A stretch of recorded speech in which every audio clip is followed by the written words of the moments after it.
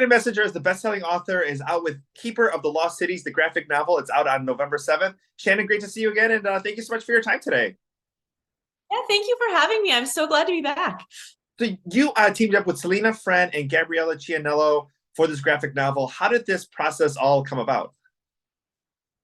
It's kind of started with me just seeking my author bucket list of wanting a graphic novel adaptation of one of my books. I just think they're the coolest things ever. And so we had been kind of going to Simon and Schuster like, hey, what do you think of this idea? And they were like, I don't know, the first book's really long. We'd probably have to split it into two parts. And then the series was just doing so well that they finally granted my wish. And then they gave me a bunch of different writer samples and a bunch of different art samples. And I really felt like Selena captured Sophie's voice and really understood the series. And Gabriella, I loved her style. It's kind of like Disney meets manga. And it was just like, I think we're onto something here. Because oftentimes, you get a book, you see the cover art, and you let your imagination go wild. Talk a little bit about what we're going to see in this book, because we get to see, Sophie and Fitz in a whole new way than we've been used to seeing them in our own imaginations.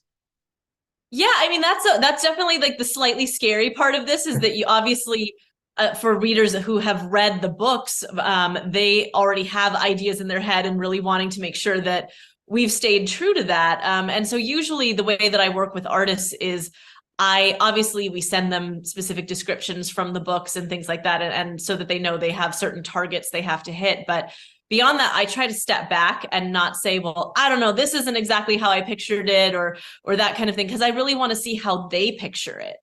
And so I hope in some way it matches what readers have been seeing in their minds. But at the same time, even if it doesn't, I hope they have the reaction like me, that it's like, wow, that's so cool. That's not how I pictured it, but that's absolutely amazing. And sometimes you see things like that is exactly how I pictured it. And others are like, oh, I didn't think of it that way, but that's really cool. And so I'm hoping that it's kind of that combined experience of new and familiar all at the same time. Let's talk a little about maybe some of the maybe younger brothers and sisters who may have seen their older siblings read the books, and maybe get into them. Is this a great way for them to maybe get their start? Absolutely. I mean, I feel like it's definitely for a younger reading range, but even for, older reading range, the older you get, the more schoolwork they pile on you. And so, having something that is a little bit lighter to read, I think definitely works well when you have, hours of homework and all kinds of extracurricular activities, and you're trying to figure out, maybe I don't have time for an 800-page book right now, but I have time for a graphic novel.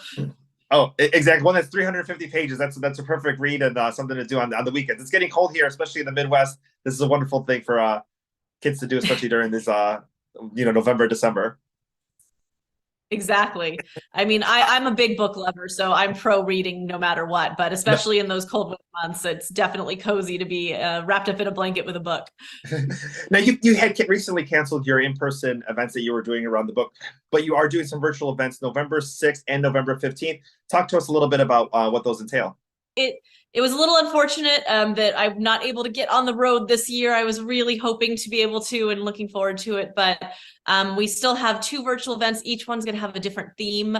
We haven't had a chance to announce those yet, but that news is coming soon. And it's going to be it's such a fun way. I started doing virtual events, obviously, when everyone did during the COVID times. And it was great because I could never travel to all the cities that I wanted to be able to travel to. And so I got to reach readers who maybe they'd never gotten to come to one of my events before because I'd never come to their city. And so we've always done since then hybrid tours that were a mix of in-person and virtual. And now we're back to a just virtual one, but it's so great. I'm really looking forward to getting to be able to, kind of talk with the authors that are moderating the events, and also, get to have some interaction with readers and really have, an experience. So it's going to be fun. I can't wait. There's also a couple of fan events, which you're not a part of, but fans get to meet other fans of the series. They're taking place, over the next couple of weeks. But what have fans said as far as like getting to meet other readers of the series and other fans? Like, what do those fan events mean to them?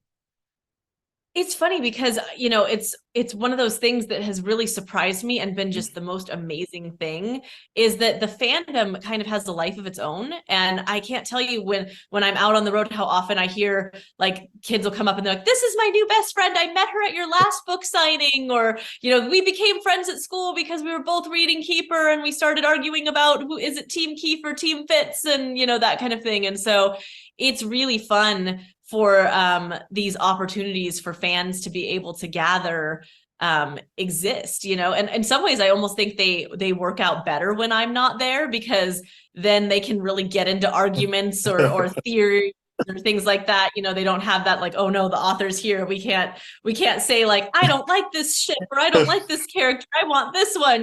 They can really just kind of be themselves. And there's always like trivia and prizes and all kinds of fun things, but really it's mostly just, these books, they seem to really like cause bonding, and being in a room with a whole group of people that have all read them and can share what you're experiencing, and you can vent about the cliffhangers and how mad at me you are that I haven't released book 10 yet, and all of those things. It's like this shared experience for them.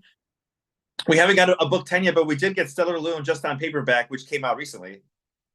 Yeah, and it has a bonus story in it too. So I mean, there's some new content in there. But yeah, book 10, I am writing it as fast as I can. But these are 800-page books, so it takes a little time. I'm trying, guys.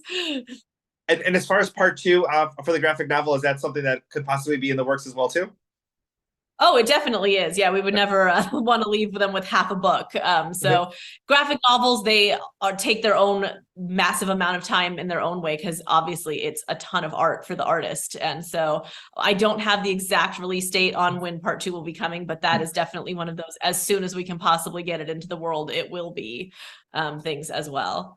What was your reaction seeing the book for the very first time? Because obviously, you wrote these characters, you have a vision of their movements, how they interact with each other, what they look like. And what was it like for you to experience that through someone else's eyes? It was so exciting. I mean, again, I always kind of feel that way whenever I see art, because we've done different promotional things and obviously the covers and things like that.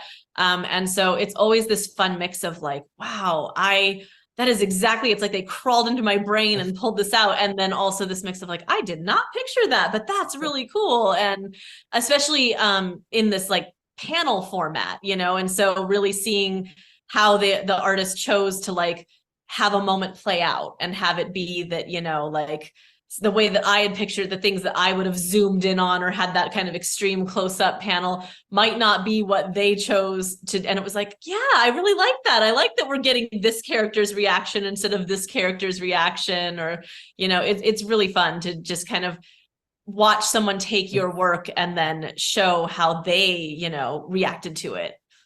Awesome. Well, Shannon, thank you so much for your time today. Again, Keeper of the Lost Cities, the graphic novel, out on November 7th. We have a few virtual events with Shannon and then a couple of fan events taking place, and I'll put all that info there in the link. And thank you so much for your time today, and congratulations. Thank you so much.